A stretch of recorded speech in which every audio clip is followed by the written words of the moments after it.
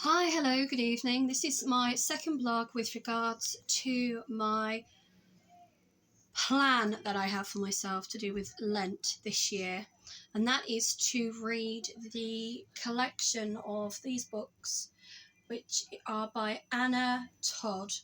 It's the After collection. There's actually 5 in total, which I did mention on my first blog I did earlier. Now, as I did mention previously, I felt that trying to read this book I would really struggle because of having severe dyslexia and the size of the print. I have been right in this. I've probably got up to about chapter 12 today, which if you are an avid reader, you'd probably think, oh my gosh, chapter 12, that's quite a lot to read in one day, especially when you're homeschooling your children, which you can probably hear in the background, my little one watching TV. So I wanted to do this quick video before I put him to sleep.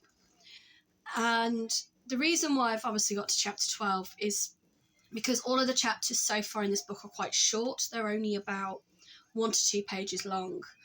But I have probably had to read every single page twice because of the size of the font. What actually happens with me, because I do have dyslexia, is the words actually move on the page. It's very hard to explain to people where if you don't have that as a disability. Yes, I do use a green overlay, but the other issue that I have been finding is light. So obviously if you are an avid reader, you would probably have a little area in your house, like a little snug or somewhere that you would read on a daily basis or weekly or whatever. And the lighting is going to be perfect. Now, unfortunately, because I don't really read that much myself, I'm not talking about to my children or my children reading to me, I mean myself literally sitting down and reading a book. I have really struggled with the lighting in the house that I rent because I can't just go and put up like more lights. I do have lamps as well for added lighting when needed. So that's another thing to be aware of. If you are going to start reading, make sure that the light that you're reading in the room that you are reading is adequate.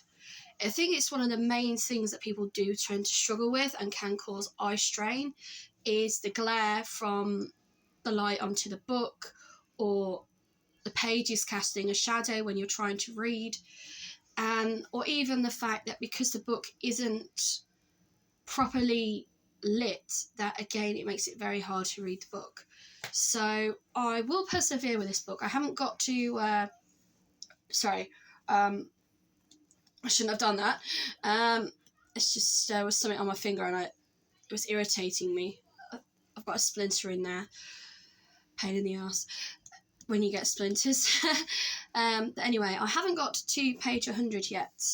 Usually with some reading companies or awards that are given to Book of the Year, their golden rule is get to page 100, and if they think the book's any good, put it on one side to be voted for.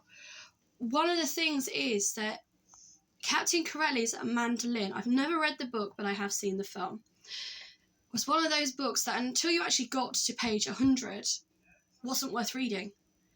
And I forget now who actually reviewed that book, but I do remember watching them on TV years ago saying, I wanted to carry on.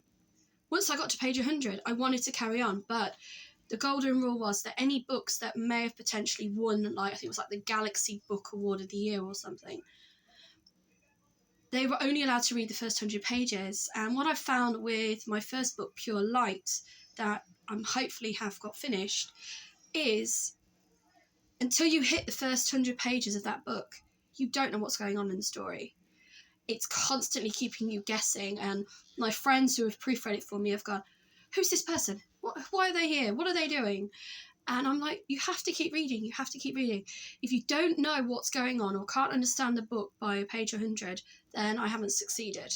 So I have used that rule of 100 as a way to gauge whether or not a book is worth carrying on reading. Some books, in all fairness, I've probably got to like the second page or the second chapter and gone, forget it. And then I've just completely discarded it.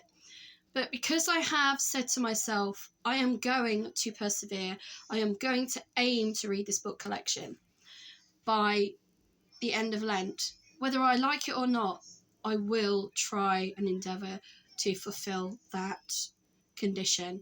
So thank you once again for listening. If you've got any questions or queries or comments, please feel free to add them.